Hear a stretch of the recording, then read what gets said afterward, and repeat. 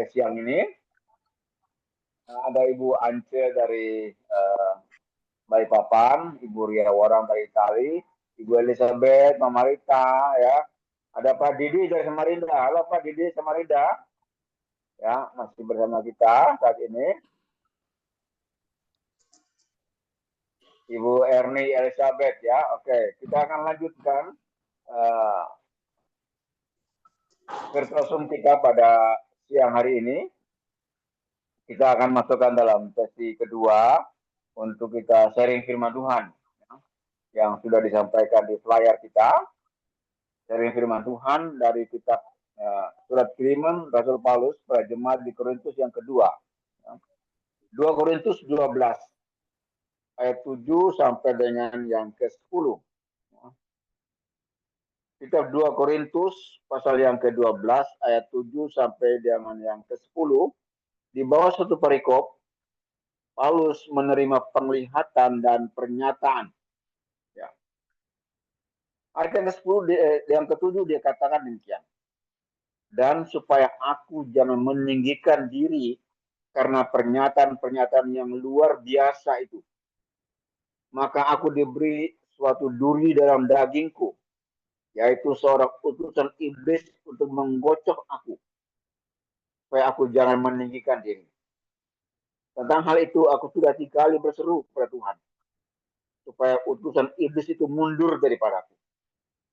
Tetapi jawab Tuhan kepadaku, cukuplah kasih karuniaku bagimu, sebab justru dalam kelemahanlah kuasaku menjadi sempurna. Sebab itu terlebih suka aku bermegah atas kelemahanku, supaya kuasa Kristus turun menaungi aku. Ayat yang ke-10. Karena itu aku senang dan rela di dalam kelemahan, dalam siksaan, dalam kesukaran, dalam penganiayaan, dan kesesatan oleh karena Kristus. Sebab jika aku lemah, maka aku kuat. Ya. Itu firman Tuhan yang kita bacakan bersama. Ya. Dari 2 Korintus pasal yang ke-12 ayat 7 sampai dengan yang ke-10. Dan kita semua akan diberi kesempatan untuk sharing bersama firman Tuhan ini. Prolognya nggak dibaca, Pak? Prolog. Ya, sebentar, Pak. Ya. Kita akan sharing bersama. Nanti kita masuk dalam breakout room bagi Pak Andre. Dan sebelumnya, kalau Pak Andre itu ketemu Pak Andre. Ya, prolognya mau dibaca, Pak? Ya, silakan Pak. Silakan. Oke, hari ini temanya adalah berakar dan mempraktekkan kebenaran, ya. 2 Korintus, ya. 2 Korintus 12 ayat 7 sampai 10 sudah dibacakan tadi, ya.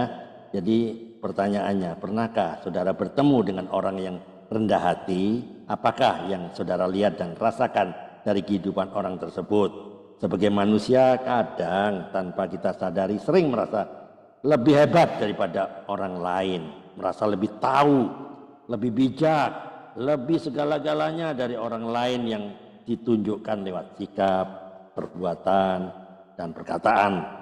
Ya, renungan ayat 1 tadi supaya saudara mendapatkan gambaran apa yang Paulus maksudkan dari firman yang kita baca hari ini, ya. Apakah alasan Paulus sampai berkata, dan supaya aku jangan meninggikan diri. Maksudnya sombong ini. Jangan meninggikan diri itu sombong, ya. Karakter dan sikap seperti apakah yang dia tunjukkan, ya. Dia ini Pak Paulus tunjukkan kepada kita dalam firman hari ini, ya, di 2 Korintus 12, ya. Apa yang dia lakukan untuk perkumpulan tersebut dan bagaimana jawaban Tuhan atas usaha yang dia lakukan. Jadi melalui renungan hari ini mari kita belajar dari kehidupan Paulus. Meskipun dia dipakai Tuhan begitu luar biasa dan menjadi berkat bagi banyak bangsa, dia tetap menjaga kehidupan serta hatinya benar dan tetap rendah hati.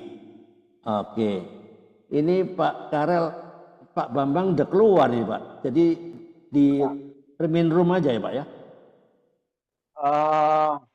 Kalau saya bagi room tuh siapa yang mimpin di room satunya ini?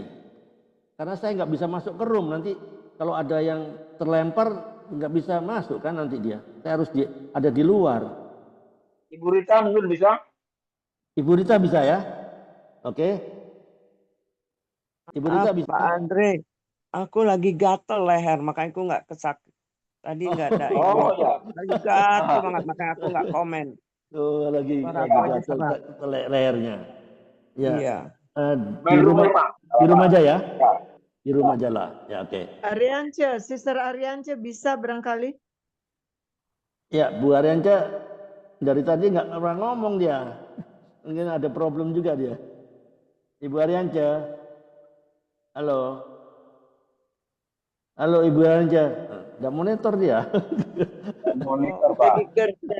Barangkali Ya, kerja. nggak apa-apa, Pak. Ya mungkin kerja. Ya. Di main room aja ya. Ya, main room aja, Pak. Ya, nggak apa-apa lah. Yes. Di main room. Boleh. Oke. Oke. Ya. Silakan Ibu Ria Worang udah buka mic. Ya, Ibu Ria silakan. Worang. Silakan Ibu. Iya, saya dukung sekali ini pembacaan firman. Menyangkut kehidupan hari-hari. Terima Ya. kasih, hanya itu saja Pak Karel, Pak Andre. Ya. Oke. Ya. Saya tuh melihatnya begini. Mengapa Paulus katakan supaya aku jangan meninggikan diri? Ya. Kan sebelumnya dia tahu, Pak. Ya. Paulus dulu itu dia orang pinter, ya. Bukan orang bodoh dia. Kalau ayat-ayat sebelumnya dikatakan aku bukan orang bodoh, dibilang. Ayat yang ke-6 itu ya. Sebenarnya Rasul Paulus ini orang yang pinter dia. Tapi kan dia dijamah Tuhan, ya. Dia menyerahkan hidupnya dalam kasih Tuhan. Ya. Dia berkata supaya aku jangan meninggikan diri. Nah, ini. Banyak hal dalam kehidupan kita ya, meninggikan diri, sombong ya. Kalau orang sudah mulai ya ada punya sedikit lah gitu ya, Betul. katakan hal yang duniawi, hal jasmani gitu ya, punya sedikit lah gitu, wah itu mulai sombong gitu, mulai ya tinggi hati katakanlah, ya seperti itu. Saya ditegur dengan firman Tuhan. Gitu. Kalaupun saya punya sesuatu, saya tidak meninggikan diri. Ya. Dia katakan jelas ya, Paulus katakan begini. Ayat yang ke-10 itu menarik. Ya. Karena aku senang dan rela dalam kelemahan, siksaan, kesukaran, penganiayaan, kesesakan. Siapa mau seperti itu? Tidak ada orang yang mau karena kelemahan, karena siksaan. Tidak ada orang mau, Pak. Ya. Kesukaran, tidak ada orang yang mau. Tapi kita lihat katanya Paulus. Dalam penganiayaan dan kesesakan oleh karena Kristus. Nah, ya. Jadi karena Kristus ya, dia lemah. Yang dikatakan supaya pada waktu kelemahanku lah, supaya Kristus turun menaungi aku dalam kelemahan, dalam siksaan, siksa. Ya. Kita tahu Paulus dia disiksa, ya. Penjara di segala macam dalam penjara, dalam kesukaran, ya dengan kapal, kesukaran, penganiayaan, kesesakan semua dialami. Tapi itu semua kenapa? Karena Kristus. Ya. Amin. Karena Kristus. Sehingga dia rela untuk menerima semuanya itu. Dan dikatakan bahwa sebab jika aku lemah, maka aku menjadi kuat. Amin. Nah, itu yang saya dapatkan tentang kebenaran. Dan teguran bagi saya. Saya mungkin belum sama seperti Ibu Hana. Ya. Mungkin bagi saudara-saudara yang lain juga. Nah, banyak kali dalam satu ini saya jujur bilang, saya sebagai apa ya, sebagai orang tua penasehat dalam beberapa komunitas, ya. Komunitas keluarga, komunitas etnis, ya. Kadang-kadang untuk meninggikan diri itu ada. Saya akui itu kadang-kadang itu muncul timbul. Tapi saya sadar, wah nggak boleh gitu ya. Harus merendahkan diri. Dan perbaikan bagi saya, setelah saya dengar, setelah baca ini, ya, justru dalam kelemahan pula kuasaku menjadi sempurna. apabila kita lemah, ya. Seperti dari Ibu Hana sharingkan. Dia punya uang, ada hamba Tuhan mau datang, punya uang 3.000. Mau beli apa uang 3.000? Kan gitu. Ya. Dalam kelemahan. Tapi apa? Kuasa Tuhan itu menjadi sempurna. Tadi Pak Anda sharingkan, sudah mau bayar sum tuh tidak punya uang dari mana itu. Mah tuh bingung, wah super jantung tuh.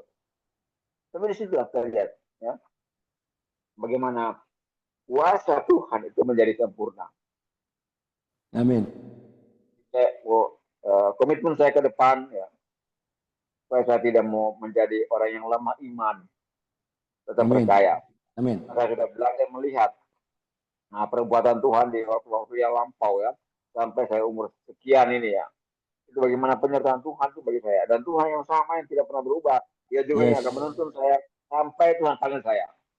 Terima kasih Pak Andre. Oke, very good. Ya, ya. Ada lagi yang mau nanggapin? Oh, Bu Hana udah keluar. Iya. Ya, mungkin ada Pak Didi itu. Pak Didi. sama Rida. Ya, Pak Didi. Pak Didi kerja ada yang mau sampaikan? Ya. Dan Ya. Bapak Karel dan Ya. Silakan Pak. Ada yang mau kamera sampaikan? yang mau. Ya, nggak apa-apa. Ada yang mau sampaikan atau mau ditanyakan nggak apa-apa. Boleh. Ya di bacaan kita di mana ini Korintus 2 Korintus 12. 2 Korintus pasal 12 ayat 7 hingga 10. Ya. Sebentar. Di sini saya kebenaran yang saya dapat di sini adalah tentang bagaimana Tuhan mendewasakan saya. Kadang kita titik lemah kita manusia ini kalau sudah duniawi yang kita cari, duniawi yang kita kejar, kita menjadi lemah ya, lemah iman, lemah dalam suatu kondisi yang serba lemah. Kalau namanya titik apa ya, kita titik keimanan kita nggak kuat ya. Dalam arti dunia ini kan menjanjikan gaya hidup dunia ini memang selalu wah-wah ya. Bagi anak Tuhan di sini, bagaimana kita bisa tidak terjerembab di dalam kehidupan yang bawah tadi. Memang di dalam kehidupan manusia kita di dunia ini 800. Ya, tadi kan 8,5. Ya, maaf dan maaf Bapak Karel sambil menjawab. Di toko Ada tuh, yang orang menawar ya, itu. ada yang bertanya. 800. Ya, ya. Kita belajar tentang bahwa di dalam kehidupan di dunia ini memang bagi orang yang ekonominya menengah ke bawah, boleh dikatakan menengah ke bawah lah ya, paling susah ya untuk berbicara masalah keimanan. Karena kalau kita bicara masalah ekonomi orang menengah ke atas, bicara iman berbanding terbalik ya. Kadang kita yang lemah menengah ekonomi ke bawah begini nih, artinya di saat kita ini membutuhkan Tuhan di dalam kehidupan kita. Tetapi apabila sudah orang yang sudah menengah ekonomi ke atas, acap kali dia akan melupakan Tuhan. Nah, kebenaran yang saya dapat di sini bahwa bagaimana saya mau belajar untuk mendewasakan kerohanian saya, baik saya dalam keadaan ekonomi baik-baik saja ataupun tidak baik-baik saja. Makanya Tuhan izinkan Paulus ini kan duri dalam daging. Supaya apa? Rendah hati. Ya. Dan kita ini semua bergantung pada Tuhan. Bukan kekuatan kita. Banyak kali kita katakan kan bahwa semua itu karena Tuhan. Nah, seperti saya berdoa pagi hari saat belum masuk ke radio pagi, saya bilang, Tuhan, 2 toko usaha ini punya-Mu Tuhan. Saya hanya pengelola. Jadi kita kan, saya mau belajar untuk bergantung pada Tuhan. Saya mau belajar untuk tidak merasa memiliki. Sebab kalau orang sudah merasa memiliki itu ya susah. Dia akan kehilangan, dia akan sedih, bisa stres, bisa tidak makan, bisa memikirkan sesuatu kalau apabila terjadi kehilangan. Tapi apabila kita menyerahkan dan kita berpikir bahwa semua yang kita miliki adalah titipan Tuhan, yang Tuhan percayakan kepada kita untuk kita kelola. Nah, di situ kita belajar bahwa kita tidak akan mengalami titik stres ya. Nah, tapi di sini kita mau, khususnya saya, kalau saya bisa berkata begitu tadi, terkadang saya di titik yang lemah pun saya bisa mengalami stres ya. Masalah tagihan kalau kita dalam bidang dagang, masalah utang piutang, baik di perbankan maupun yang mengatasi masalah tanpa masalah. Ya di situ kita menjadi dan Andre ketawa. Soalnya saya ada 3 surat Mengatasi dan masalah Andre. tanpa masalah ya. Nah, habis itu masalahnya ya angsurannya. Masalahnya selesai ya Bu, hari itu aja. Tapi kita memikirkan nanti 4 bulan Ya. sekali, ataupun angsuran 12 bulan, 18 bulan, 24 bulan dicicil. Nah, di sini kita makanya sering kita ini lemah ya. Keimanan kita menjadi lemah karena kita diterpa masalah. Bagaimana saat kita diterpa masalah, keimanan kita tetap kuat ya, berdiri teguh, tidak goyang, tidak terombang-ambing. Right. Memang di dalam kehidupan ini memang ada banyak kerikil masalah yang setiap kita hadapi. Apalagi kalau memulai usaha dari titik yang terendah ya, tidaklah segampang membalikan telapak tangan. Proses itu saya lalui, saya jujur saya baru 30 tahun saya lalui. Dari awal 95 sampai saat ini pun saya masih begini aja. Makanya proses ini selalu panjang banget. Apalagi nanti 7 tahun ke depan masih proses saya. Karena kenapa saya bilang 7 tahun ke depan saya masih proses? Karena masih pinjaman di bank ya, angsuran. Nah, di sini kita bagaimana saya masih tetap berdiri teguh dan tidak goyang untuk menghadapi suatu masalah di kehidupan saya. Melalui kebenaran siang sore hari ini, saya boleh ditegur juga bahwa saya masih memiliki mungkin ya tinggi hati. Tinggi hati, tidak bisa menunduk, merendah. Tetapi setiap kita mungkin yang menilai itu teman kita, sahabat kita ya. Bagaimana didik itu orangnya ya. Bagaimana sifat saya itu mungkin menurut penilaian teman sahabat kita yang tahu. Nah, jujur kalau untuk masalah saya pernah dikatakan teman bahwa kamu ini loh, habis kerja dari pagi sampai sore ya, kamu tidak neko-neko, kamu tidak kedugem, kamu tidak kemana-mana sama istri, anak, menantu aja katanya. Nah, jadi di situ saya, istilahnya saya memang benar-benar untuk mementingkan ya Yerusalem kita. Di situ saya bersyukur ada orang, teman, sahabat yang memuji begitu ya. Berarti keimanan saya tidak mempermalukan Tuhan. Nah, di situ saya mau ditegur dan kebenaran, teguran bagi saya mungkin agak tinggi hati.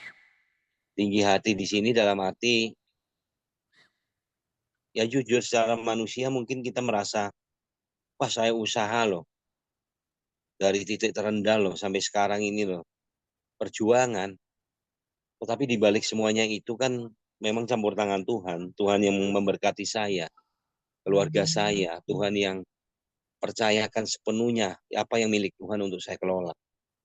Dan kemudian komitmen opsi ke depan biarlah saya semakin hari semakin terkoneksi, terhubung dengan Tuhan ya. Terhubung dengan Tuhan bukan berarti kita ibadah hanya hari Minggu di gereja. Terhubung ke Tuhan itu setiap saat, setiap waktu ya. Di saat gini, di saat saya mungkin ada kesibukan tapi saya masih mau untuk terhubung dengan Tuhan, dengan sahabat-sahabat saleh kok di Kompak Siang. Artinya saya masih lapar dan haus akan kebenaran firman Tuhan. Saya masih mau Amin. menggali lagi. Saya masih mau lagi untuk belajar. Dan saya masih mau sempurna seperti Tuhan itu susah ya. Amin. Tapi kita istilahnya mau serupa dengan Kristus. Itu aja Dan Andre. Bapak Karel, makasih atas waktunya. Ya, mantap ya. Oke, ya. Ya, oke. Siapa lagi? Ibu Arianca.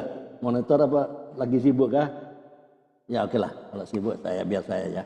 Ya 2 Korintus 12 ayat 7 sampai 10 ini kan bicara apa? Bicara Rasul Paulus kan dia mengeluh kan ada duri dalam daging yang diberikan Tuhan kepada dia. Supaya apa? Duri dalam daging kalau mau jujur kita semua punya loh duri dalam daging.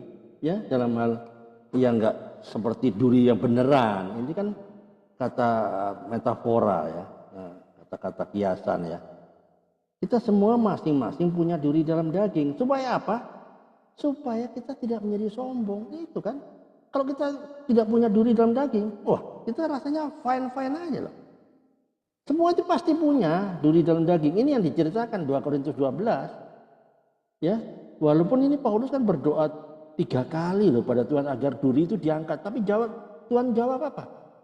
Cukuplah kasih karuniaku bagimu. Sebab justru dalam kelemahanlah kuasa Tuhan loh menjadi sempurna.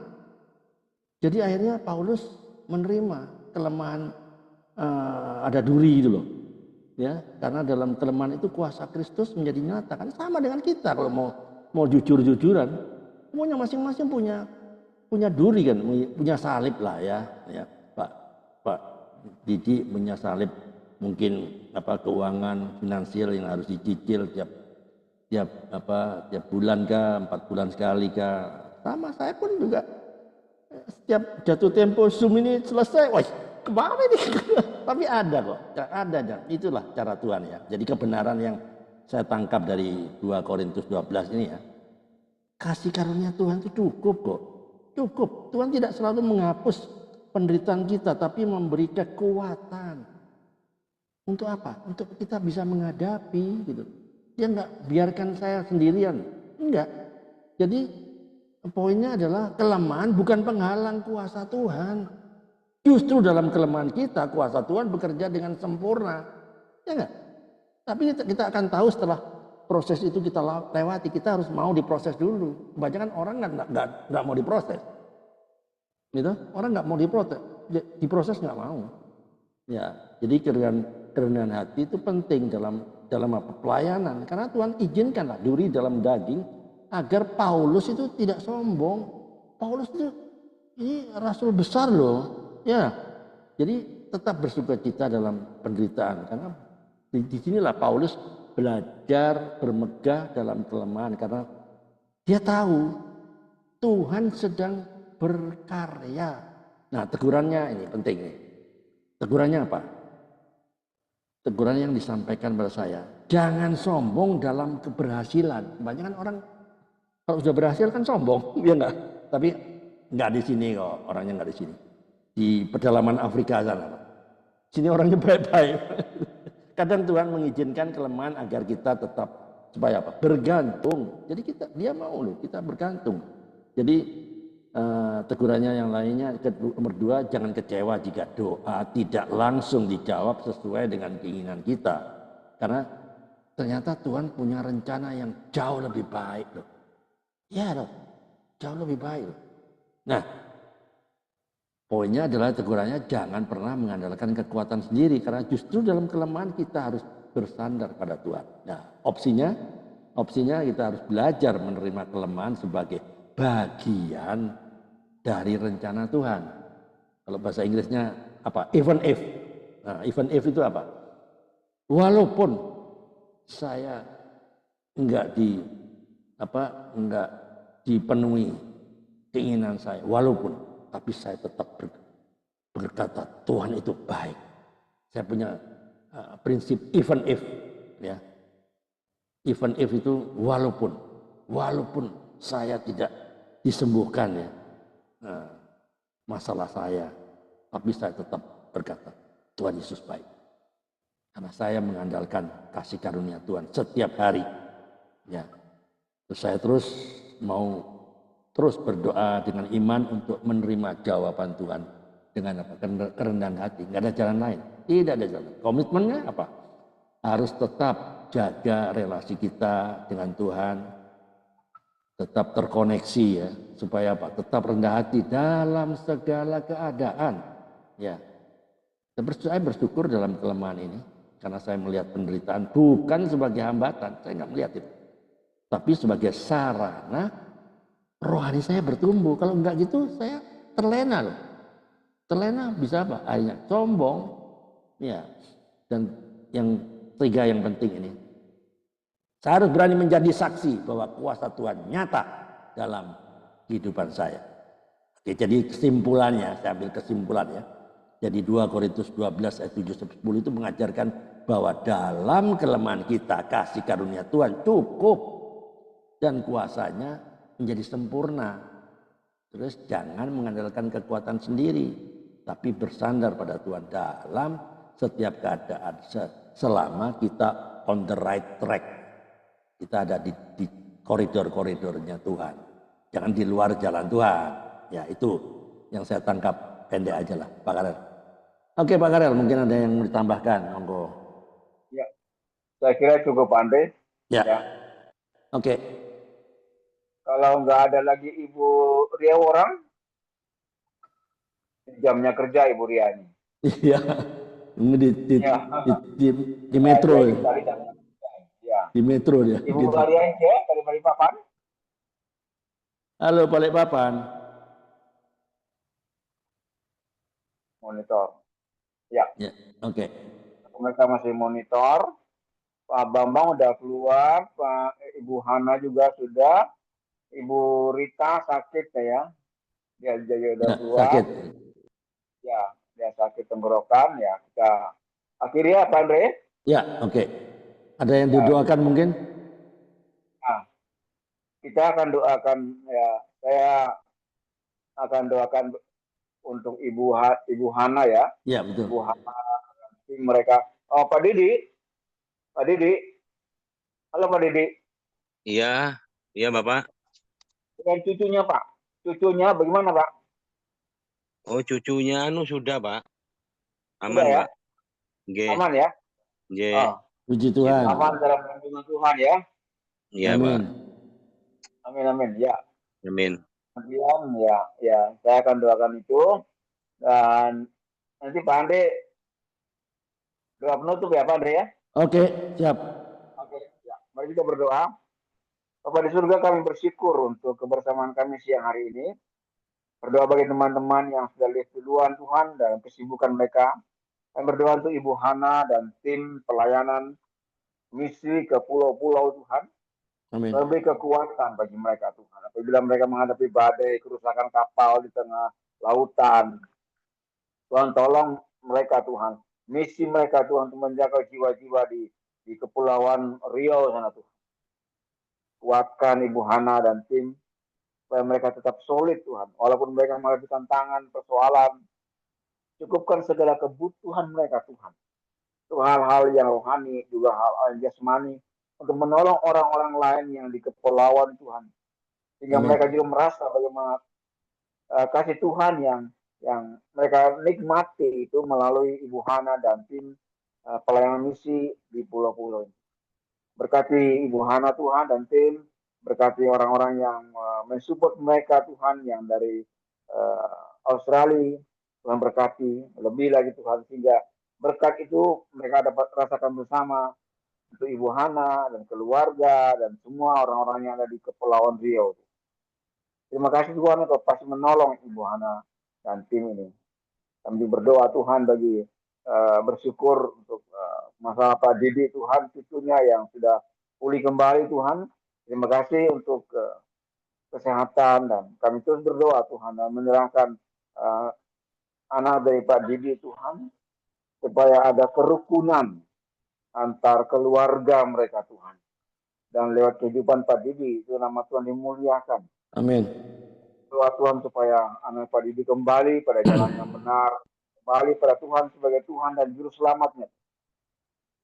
Terima kasih Bapak untuk pemulihan dari keluarga Pak Didi. Terima kasih Tuhan. Bagi semua kami Tuhan, Ibu Ria orang di Itali, Ibu Ance di Balikpapan, Pak Bambang di Malang, Tuhan. Berkati dan kuatkan kami semua Tuhan. Amin. Hamba-Mu Tuhan berkati dengan segala kebutuhan kami Tuhan. Hikmat kebijaksanaan yang Tuhan berikan bagi kami, yang memampukan kami untuk melakukan yang terbaik untuk kemuliaan nama Tuhan di mana kami ada. Berkati Pak Andre Tuhan dalam Amin. mengelola Lingsum ini Tuhan. Cukupkan Tuhan segala biaya yang dibutuhkan. Amin. Tepat pada waktunya Tuhan. Sehingga link ini boleh berjalan dengan baik. Amin. Bahkan link ini juga boleh berkati banyak orang Tuhan. Amin. Baik mereka yang ada di YouTube, di Instagram. Berkati semua mereka yang mendengar firman Tuhan yang menguatkan mereka Tuhan. Terima kasih Saudara. Terima kasih Roh Kudus. Kami serahkan doa kami ini Tuhan. Hanya dalam nama Tuhan Yesus Kristus. Haleluya. Amin. Bapa di surga, kami bersyukur pada siang hari ini podcast kami berjalan dengan lancar. Engkau sudah berkati Ibu Hana Nababan dengan pelayanan penginjilannya ke Bani Kedar, sehingga ada banyak orang damai yang dimuridkan, sehingga banyak orang mendengar kebenaran firman-Mu. Sertai terus pelayanan Ibu Hana. Terima kasih Tuhan, Engkau sudah berkati Zoom ini dari awal, pertengahan sampai akhirnya, dan kami saat ini sudah sampai pada tahap akhir. Bapa di surga, mari kita mengangkat tangan kita kepada Tuhan, memohon berkat Tuhan turun atas kita semua. Dan kami percaya sharing-sharing kami, kesaksian dari Ibu Hana, tujuan kami hanya untuk supaya kami masuk dalam jalan-Mu Tuhan. Tuhan memelihara hati dan pikiran kami di dalam Yesus Kristus sampai Maranatha Tuhan datang kembali. Pemeliharaan dari Allah Bapa, kasih sayang dari Yesus Kristus, penghiburan penyertaan dari Allah Roh Kudus yang sudah diberkati dan akan memberkati banyak orang. Boleh sama-sama katakan amin. Haleluya. Makasih Pak Karel, Pak Didi, Terima kasih Pak Pet. Ibu Ariance, Ibu Ria Terima Wora. kasih Pak Didi. Terima kasih, Tuhan berkati. Oke. Terima kasih Bapak dan Andre. Oke, thank you.